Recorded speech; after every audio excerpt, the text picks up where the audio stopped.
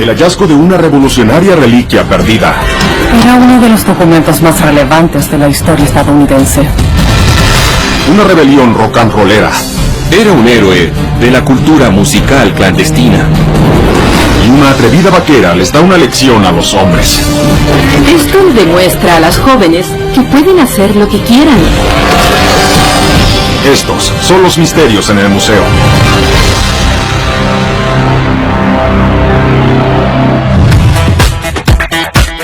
California ofrece algunos de los viajes en auto más espectaculares de la nación.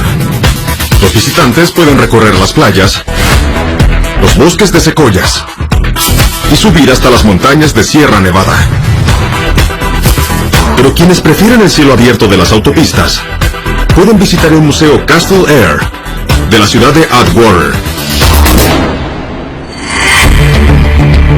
La colección homenajea la historia de la aviación estadounidense, con artefactos como un modelo de un portaaviones, uniformes de las fuerzas aéreas usados para una película de Hollywood y una cabina de simulación de vuelo. Pero el artículo más impresionante que tienen habla de una historia olvidada que ocurrió durante la Guerra Fría. Mide 22 metros de largo y tiene una envergadura de 12 metros. Está hecho de aluminio y tiene una nariz negra y puntiaguda. Esta elegante aeronave es uno de los mejores aviones que se han construido. El avión de combate F-106A recuerda una extraña historia de dos superpotencias al borde del Armagedón y de un ser que quedó atrapado en medio de todo. No era una prueba, era la vida real.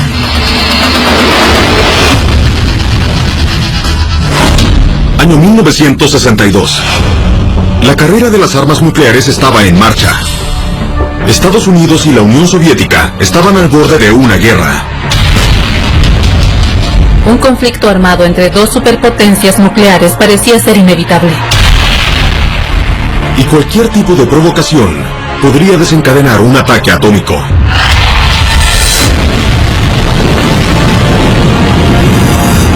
En una base de la Fuerza Aérea en Duluth, Minnesota, ocurría algo que llevaría al límite a una de las partes. En la madrugada del 26 de octubre, un guardia patrullaba la base, cuando ve una sombra que trepa sobre la cerca perimetral. Su corazón se detuvo.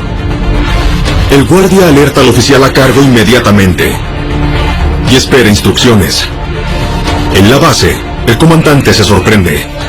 Esta era una crisis real. El aeródromo de Duluth era una pieza clave de la red de defensa del país.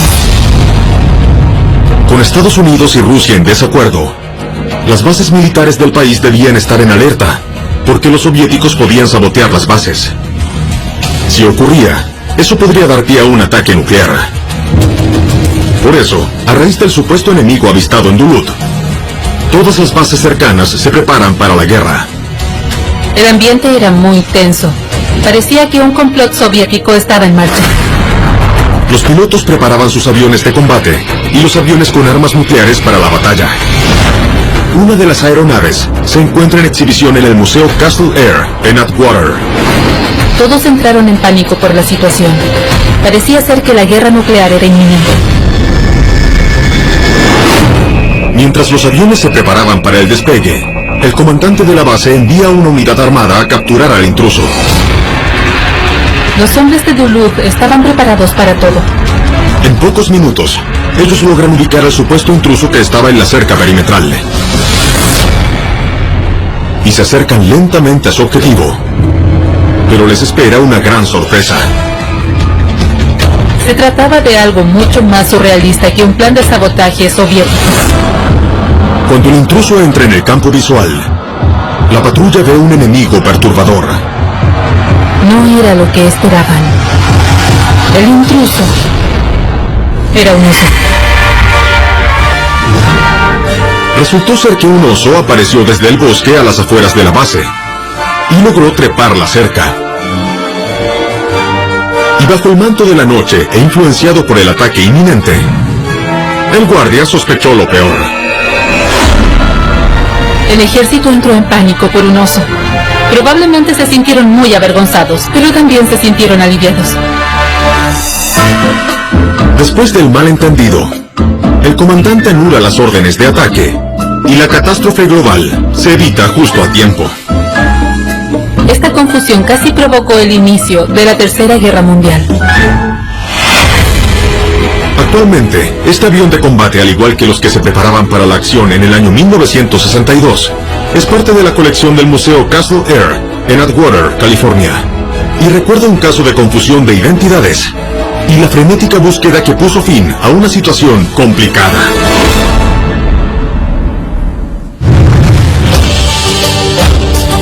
El estado de Pensilvania tiene cerca de 9.000 kilómetros de vías férreas. Ahí transitan desde trenes turísticos a enormes locomotoras de carga. Y en el pueblo de New Freedom existe una institución que les entrega un viaje de ida hacia el pasado a sus visitantes, el Steam into History. Quienes visitan la estación ferroviaria restaurada de la década de 1860 pueden maravillarse con las linternas que solían ser usadas para emitir señales, las herramientas del siglo XIX para reparar los motores a vapor y el modelo a escala del ferrocarril Northern Central que solía pasar por New Freedom. Pero hay un artefacto en la colección que destaca por sobre todos. El objeto mide 18 metros de largo, pesa cerca de 33 toneladas y está hecho a partir de un objeto que tiene más de un siglo y medio de antigüedad. Es la réplica de una máquina a vapor de la década de 1860 y recuerda un asalto que dio inicio a una de las olas de crímenes más famosas en el lejano oeste. Esta es la historia de un tren, una pandilla ambiciosa y su plan audaz. Año 1866, Seymour, Indiana. El audaz robo a un tren está en marcha, llevado a cabo por una banda de forajidos famosos, conocidos como la Banda Rhino. La Banda Rhino eran criminales de la peor calaña, despiadados, y se creían invencibles. Gracias a eso, se veían envueltos en situaciones altamente peligrosas e increíblemente violentas. Por años, la Banda Rhino ha asaltado a viajeros, al correo y las arcas de condados en toda la región. Y ahora pretenden ir un paso más lejos y llevar a cabo un asalto que ningún criminal ha intentado antes. Robarán un tren en movimiento. En ese entonces, el ferrocarril era el sustento de Estados Unidos. Aún así, nadie nunca había tenido los medios como para intentar robar un tren. El objetivo de la banda era una caja fuerte que contenía una pequeña fortuna en oro. Registraron el tren y encontraron la caja en uno de los carros. Rápidamente, someten al empleado, toman su llave y abren la caja fuerte. Tal como esperaban, había un gran botín. Adentro había más de $10,000 en monedas de oro, billetes y joyas. Después de tomar el botín, los forajidos enmascarados jalan la cuerda que indica al chofer que debe detener el tren. Esperan a que disminuya la velocidad y saltan hacia el exterior, donde el resto de la banda los espera con caballos. Y juntos cabalgan hacia su escondite. La banda escapó con un botín abultado. Los criminales están eufóricos. Hicieron un robo histórico y ahora son ricos. Pero no sabían que esta fechoría les conseguiría un enemigo poderoso. Se trata de los agentes de la ley más famosos del mundo. La agencia de detectives Pinkerton. Los investigadores se comprometen a llevar a los forajidos ante la justicia. La Banda de Rhino se convierte en su nuevo objetivo. Y deciden tenderles una trampa. Si $10,000 fueron suficientes para atraer la atención de la banda, de seguro no podrían resistirse a más dinero. Así que los detectives difunden el rumor de un tren que llevaría la increíble suma de $100,000 y que pasaría por el pueblo a principios de julio. Pero el tren no llevaría el botín, sino a los agentes Pinkerton armados. Es el año 1868 en Indiana. Un grupo de forajidos despiadados conocidos como la Banda Rhino llevó a cabo el primer robo a un tren en la historia de la nación. Ahora, la agencia de detectives Pinkerton ha prometido atraparlos y poner en marcha una trampa para dar con los criminales. ¿Acaso van a morder el anzuelo? El 9 de julio, los oficiales de la agencia de detectives Pinkerton abordan el tren con destino a Seymour. Ellos se ocultan en el carro de la caja fuerte y esperan. Durante varias horas, los detectives esperan en sus posiciones. Parecía ser que la banda Rhino no aparecería. Y de pronto, ¡Dame el dinero! los forajidos aparecen en el carro y comienza un tiroteo despiadado. En poco tiempo, la estrategia superior de los detectives da resultados y logran atrapar a la banda Rhino. Parecía ser que este ambicioso asalto sería el último.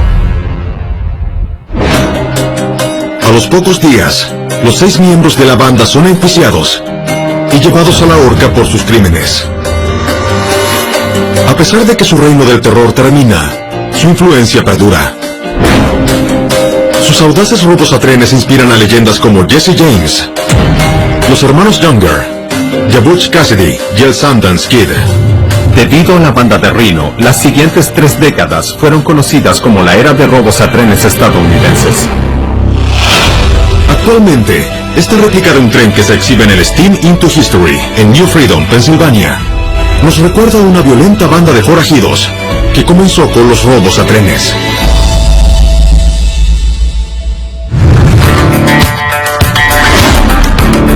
Enormes porciones de carne asada, la noria más alta de Estados Unidos, y Big Tex, uno de los vaqueros mecánicos más grandes del mundo.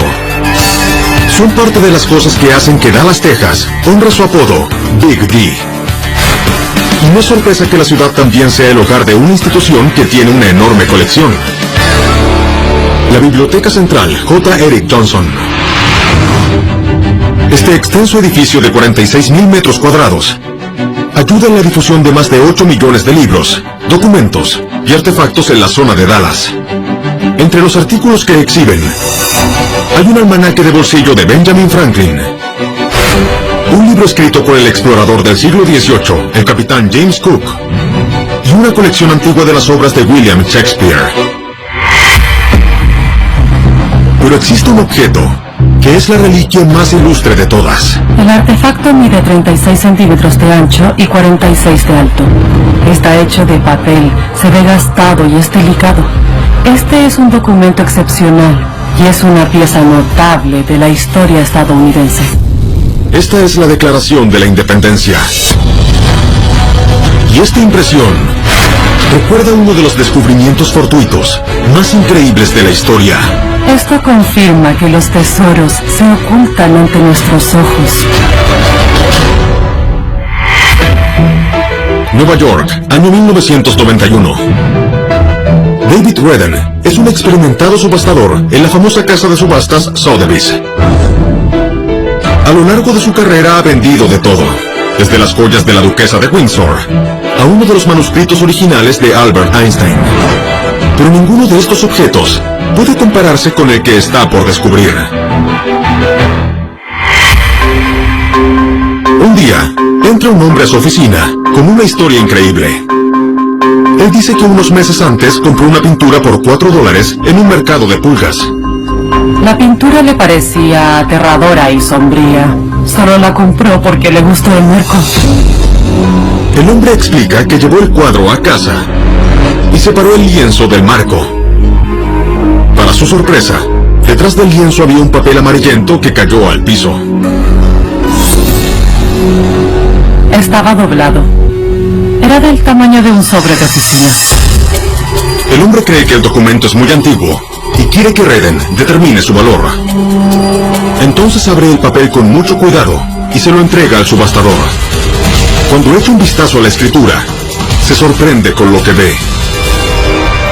Si la historia era cierta, este podría ser un gran descubrimiento. Parecía ser una impresión original de la Declaración de la Independencia. Un documento conocido como Copias de Dunlap. Este podría ser uno de los documentos más excepcionales de la historia estadounidense. La historia de las copias de Dunlap comienza en el verano del año 1776. La guerra de la revolución lleva más de un año activa. Pero la máquina de guerra británica está próxima a destruir a los estadounidenses. En Filadelfia, los delegados de la colonia se reúnen en un último esfuerzo por mantener con vida la rebelión. Hombres como John Adams y Thomas Jefferson van a la carga con una solución radical: declarar la independencia de Gran Bretaña. Ellos esperan que esta acción impulse la causa patriótica e inspire a los colonos a pelear por la creación de una nueva nación. El mismo Jefferson está a cargo de escribir lo que se convertirá en uno de los documentos más importantes de la historia: la Declaración de la Independencia. Aquí se proclama al mundo que las 13 colonias estadounidenses romperían todos los lazos con Gran Bretaña. El Congreso Continental aprueba el texto rebelde el 4 de julio del año 1776. Los delegados intentarán distribuir la declaración en todo el territorio, antes de que otro ataque británico destruya la causa patriótica. Para eso, deben fabricar casi 200 copias del documento. Y esta tarea titánica es encargada a un impresor de Filadelfia llamado John Dunlap. John Dunlap era un inmigrante irlandés de 28 años que vivía en Filadelfia y tenía una imprenta. La noche del 4 de julio, Dunlap trabaja por horas, bajo el ojo atento de los delegados. Esta debió ser una época muy emocionante e intensa. Podemos imaginar a Thomas Jefferson, John Adams y Benjamin Franklin en el taller del señor Dunlap, asegurándose que el documento fuera impreso exactamente como ellos querían. Al otro día, las copias de los documentos fueron enviadas a las 13 colonias. Después de imprimir esos 200 documentos, ellos enviaron cada copia a las ciudades más importantes de las colonias. Ahí fueron compartidos en las asambleas y difundidos para que los leyeran. Tal como se esperaba, los documentos inspiran a un gran número de personas a luchar contra el régimen británico. Casi 7 años después, el 11 de abril de 1783, el ejército continental logra vencer a los casacas rojas. Y Estados Unidos logra conseguir su independencia. Lamentablemente, gran parte de las copias de Dunlap se pierden o destruyen durante la batalla. Para el año 1991, se sabe de la existencia de 23 copias, pero si las sospechas del subastador David Redden son ciertas, él puede tener en su poder la número 24. Es el año 1991, en Nueva York. El subastador David Redden dio con uno de los artículos más codiciados de la historia estadounidense. Un hombre encontró lo que parece ser una copia original de la Declaración de la Independencia detrás de un cuadro que compró en un mercado de pulgas. ¿Será una reliquia revolucionaria auténtica? ¿O es solo un engaño elaborado? Redden examina minuciosamente el documento. La copia de Dunlap fue un documento investigado de manera exhaustiva. La tipografía y la distribución del impreso son muy conocidos. Además, el papel que se usó para la impresión puede ser certificado a través de un análisis químico. Semanas más tarde, obtiene la respuesta. Tal como pensaba Redden, se trataba de una copia genuina del documento. Redden debió haber estado maravillado cuando llegaron los resultados del estudio, confirmando la veracidad del documento. Pero ¿cómo quedó oculto detrás de un cuadro de $4? Es un misterio. ¿Cuándo ocurrió esto? ¿Quién lo ocultó y por qué? Solo podemos especular. La primera edición de la Declaración de la Independencia pudo haberse perdido para siempre, de no ser por este hombre que admiró el marco de la pintura sombría. El 4 de junio del año 1991, la copia se vendió por $2.4 millones en una subasta. Actualmente, una de las copias de Dunlap originales se exhibe en la Biblioteca Central J. Eric Johnson, en Dallas. Y nos recuerda una increíble historia que comenzó con un objeto comprado en un mercado de pulgas. Praga, la capital de la República Checa, es famosa por su encanto lleno de historia. Aquí se puede visitar las catedrales góticas, pasear por el puente medieval Carlos y recorrer la superficie del castillo de Praga, uno de los palacios más antiguos del mundo. Pero en este paisaje novelesco hay una institución que explora un capítulo más oscuro del patrimonio de la ciudad: el Museo del Comunismo. La colección ofrece un vistazo a la vida detrás de la cortina de hierro, a través de objetos como una réplica de una sala de interrogatorios, volantes de propaganda antiestadounidense y una estatua de 3 metros de alto del líder comunista Vladimir Lenin. Y entre todas estas reliquias, se encuentra un artículo que recuerda a un grupo de ciudadanos valientes que se rehusaron a someterse. El artefacto mide 25 centímetros de diámetro. Es negro o pareciera estar sucio a simple vista, pero si lo sujetas a contraluz, verás la imagen de una columna vertebral. Este extraño disco fue clave en uno de los actos más desafiantes de la Guerra Fría. El artículo representa una historia desconocida de una rebelión clandestina del rock and roll. Año 1947, Unión Soviética. Guiados por Joseph Stalin, el Partido Comunista gobierna al país con un puño de hierro, normando cada aspecto de la vida diaria. A medida que avanzaba la década del 40, se volvía cada vez más difícil ser libre en la sociedad, debido a que todo estaba estipulado. Y había un área en especial, en donde el gobierno ejercía su autoridad con mayor firmeza: la música. La reproducción y venta de música producida fuera de Rusia estaba prohibida por ley. La música que se hacía en el occidente, como el rock and roll y el jazz, parecía ser nociva para las mentes de los jóvenes soviéticos. Pero en Leningrado había un hombre decidido a llevar la música a las masas. El ingeniero de sonido de 19 años y amante de la música, Ruslan Bogoslovsky. Bogoslovsky creía fervientemente que los amantes de la música debían poder escuchar las melodías que quisieran, en cualquier momento, y que esto no podía ser regulado por el Estado. Para evadir la prohibición, Bogoslovsky lleva a cabo una idea revolucionaria. Contrabandeará vinilos occidentales y los distribuirá entre los amantes de la música rusos. Pero es muy peligroso. Si lo atrapan, podrían encarcelarlo, exiliarlo e incluso ejecutarlo. Ponía en riesgo su libertad y su sustento. Usando su habilidad como ingeniero de sonido, el muchacho construye una máquina para copiar los discos de vinilo, casi sin perder la calidad. Pero el astuto contrabandista pronto se encuentra con un problema. Debido a las normativas del gobierno, el vinilo se vuelve muy escaso.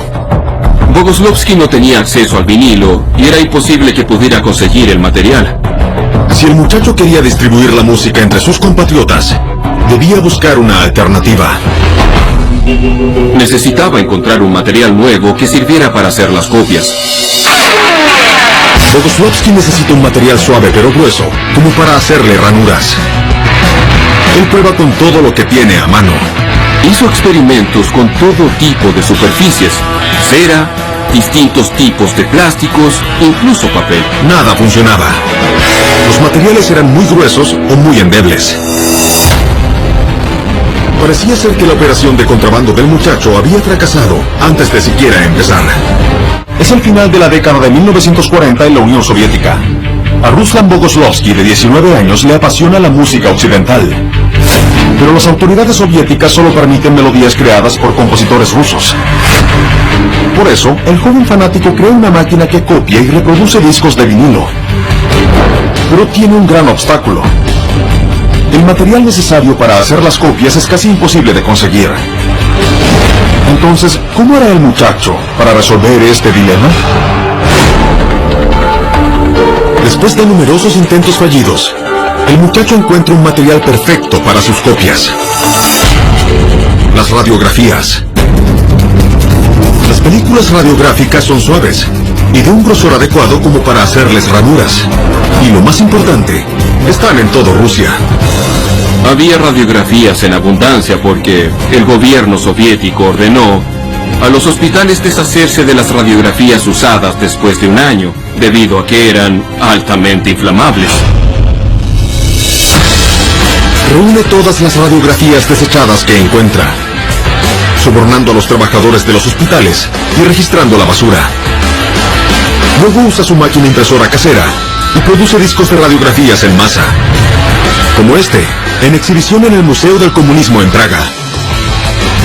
Las grabaciones se producían una a una. Podías ver las ranuras del vinilo inscritas en una imagen del interior del cuerpo humano.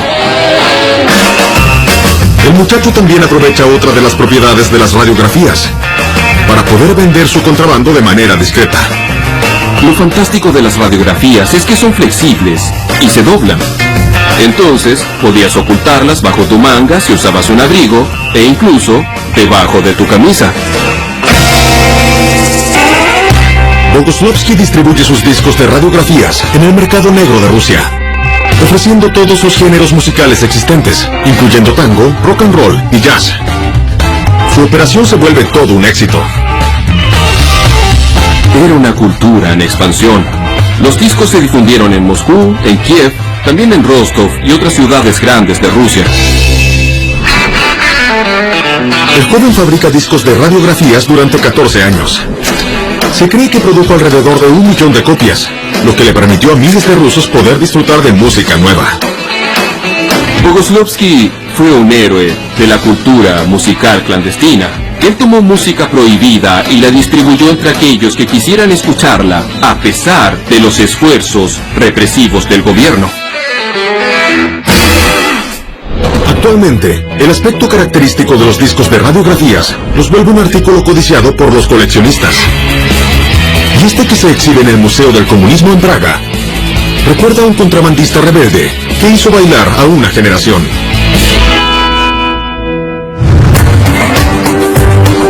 Fort Worth, Texas, es conocido por su cultura de vaqueros. Los visitantes pueden practicar el line dance en los salones de música country, pasar una noche en un rancho ganadero e incluso observar a los arrieros en el legendario corral Fort Worth. Y pueden encontrar más sobre la tradición del estado de la estrella solitaria en el Museo y Salón de la Fama Nacional de Vaqueras.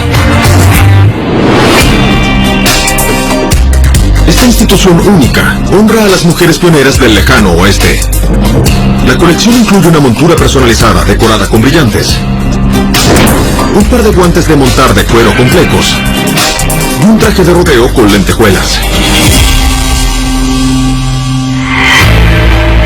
Pero hay un conjunto de objetos que realmente encendió la cultura de vaqueras estadounidense. Están hechos de níquel, plata y cuero, pesan cerca de 250 gramos y tienen puntas que sobresalen en los extremos. Estas espuelas de casi un siglo de antigüedad le pertenecieron a una heroína que se ganó un lugar en los libros de historia. Esta es la historia del objetivo de una mujer y de cómo nada impidió que lo lograra.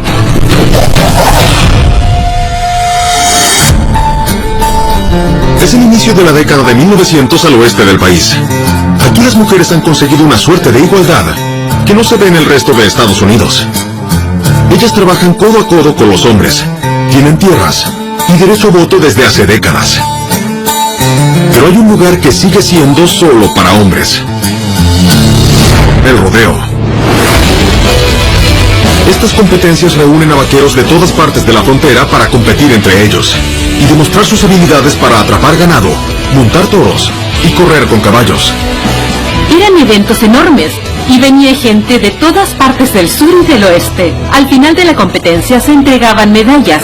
Y claro, más importante que una medalla era el derecho a presumir y decir: soy el mejor, gané. Las mujeres eran consideradas demasiado débiles y frágiles como para competir. Pero había una de 18 años decidida a cambiar la tradición. Su nombre es Lucille Mulhall. Ella era hija de hacendados de Oklahoma y había pasado toda su vida cuidando de la tierra, reuniendo ganado y entrenando caballos. Lucille prosperaba en el rubro ganadero, trabajando con ganado y con caballos. Esas eran sus pasiones.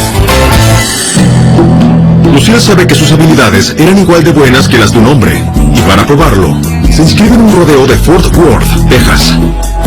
A Lucille no le importaban las normas de la época. Ella creía que esta podía ser una buena oportunidad para comparar sus habilidades con las de los vaqueros. El rodeo atrae a los participantes más fuertes del oeste. Eran vaqueros que se dedicaban a arriar ganado para vivir. Lucille planea competir en el evento principal, Naseo de Novillos. Cada participante será cronometrado para ver cuánto se demora en lacear y atar a 3 novillos rebeldes. Quien logre el mejor tiempo, gana. Incluso para los vaqueros más experimentados, era una difícil tarea.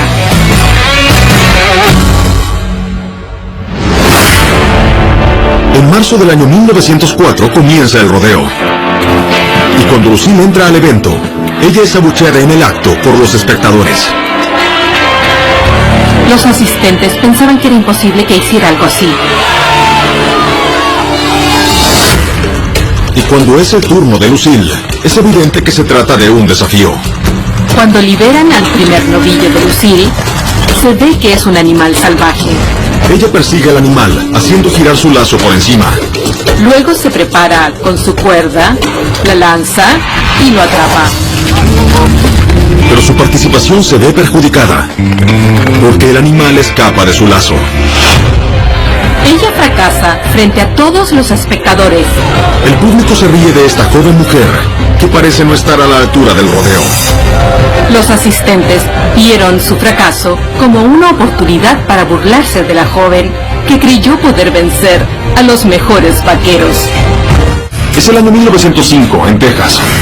El rodeo más difícil de la nación está en marcha.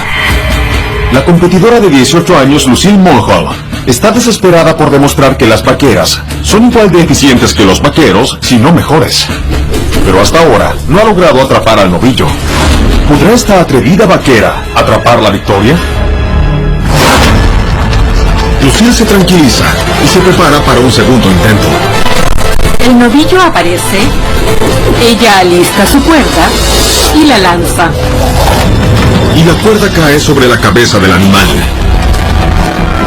Rápidamente ella arroja al animal al suelo y lo ata en solo 1 minuto con 45 segundos. Ella va por el camino correcto y las cosas se ven muy bien. Lucille logra atrapar a su segundo y tercer novillo aún más rápido. Termina la prueba en 3 minutos con 36 segundos. Es el tiempo más rápido de la competencia. Lucille acaba de vencer a todos los vaqueros experimentados del lugar. Los espectadores del lugar ahora le dan su apoyo. El público enloqueció por completo y le aplaudieron con fervor.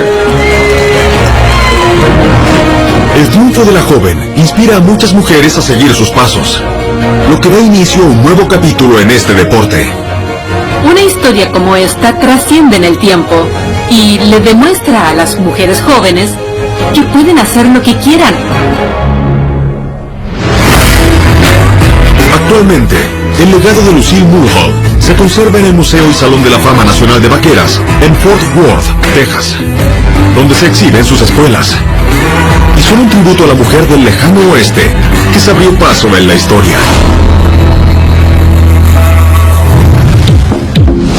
Chicago, Illinois, es el hogar de algunas de las maravillas arquitectónicas más sorprendentes de la nación. Los visitantes pueden subir hasta la cima de la Torre Willis, explorar el terreno del pabellón Pritzker y admirar el histórico edificio Greeley, del famoso paseo fluvial de la ciudad. Pero hay otra atracción que les ofrece a los visitantes una experiencia cultural distinta: el Museo de Arte Contemporáneo de Chicago. La colección, con más de 2.500 obras, incluye una escultura interactiva de luces fluorescentes, una pintura de acrílico de un artista africano del año 2009 y la inquietante colección de imágenes de Patty Hearst, titulada The Making of a Fugitive. Y entre estas enormes instalaciones de arte, se encuentra un objeto pequeño que narra una historia épica. Es una caja de cartón rectangular de 8 centímetros de alto por 76 de ancho. Contiene versiones en miniatura de cuadros y esculturas. Esta escultura fue creada por el reconocido artista francés Marcel Duchamp. Pero pocos saben que le debe su exhibición en este museo, junto a otra serie de piezas muy valiosas, a un estadounidense poco conocido. Esta es la historia de un héroe desconocido que cambió la imagen del arte moderno. Junio, año 1940. La zona norte de Francia es ocupada por los alemanes. La Gestapo desata un reinado del terror ante cualquiera que sea catalogado como enemigo de los nazis. Su persecución incluía disidentes políticos, combatientes de la resistencia y artistas.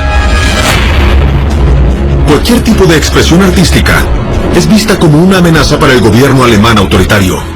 Por eso los nazis eliminan miles de obras de los museos y galerías de arte, privando al mundo de estas obras maestras.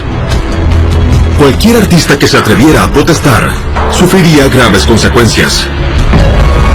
Eran tiempos aterradores para estas personas. No sabían cuándo podían ser capturados por las autoridades. Pero hay un hombre que ofrece una luz de esperanza a los artistas. El periodista estadounidense Brian Fry. Fry era un hombre con estudios que provenía de una familia privilegiada, pero sentía cierta conexión con esta gente y no soportaba ver cómo los perseguían y amenazaban. Como periodista y escritor creativo, Fry ve la persecución de los artistas como la primera etapa en la eliminación de la cultura occidental, como la conoce. Fry realmente admiraba a los artistas, eran su fuente de inspiración, y quería ayudarlos ahora que lo necesitaban. En agosto, Fry comienza a organizar una vía de escape para los artistas. Su red trasladaba a los creadores oprimidos por las montañas de los Pirineos, luego por España, hasta llegar a un lugar seguro en Portugal. Para llevar a cabo esta misión debían ser astutos, debían arriesgarse y muchas veces cometer actos ilegales. Para no ser atrapados, los agentes de Fry recibían información siempre y cuando fuera necesario. Ni siquiera los artistas sabían todos los detalles que involucraba su rescate. Lo único que les pedía Fry a los refugiados era que no revelaran detalles de cómo habían escapado. La confidencialidad era crucial en la operación.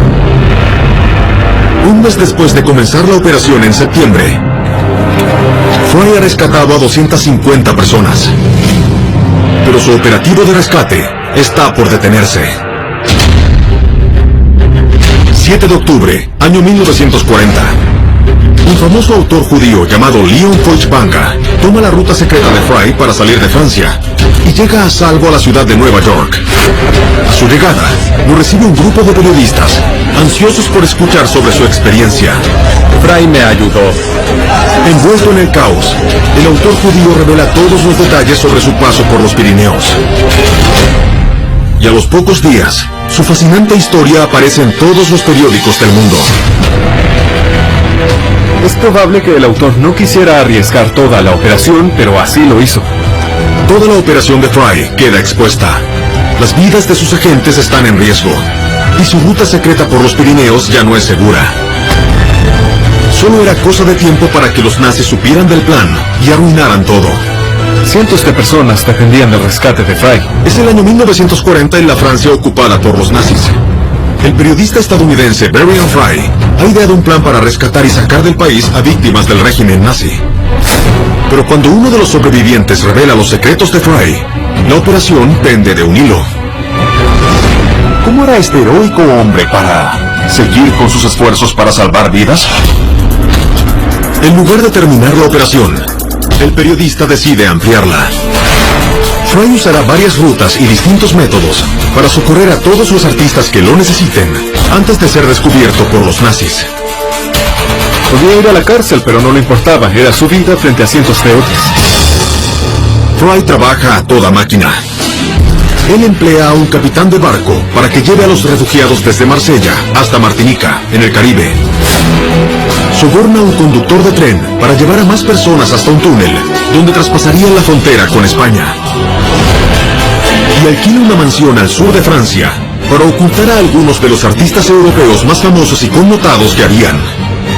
Fry usó todas las herramientas que tenía a su alcance para rescatar a miles de personas.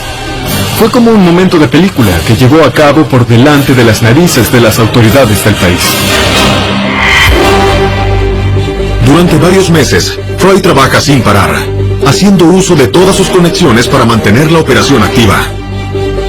Entre los artistas que rescata están Marc Chagall, André Breton, y Marcel Duchamp, cuya obra se exhibe en el Museo de Arte Contemporáneo de Chicago. Barry Fry era un héroe. Él arriesgó su vida para ayudar a los desamparados. El intrépido estadounidense rescata a más de 2.000 personas de las garras de los nazis. Fry eventualmente vuelve a Estados Unidos, pero sigue escribiendo y alzando su voz en contra de los horrores de Europa.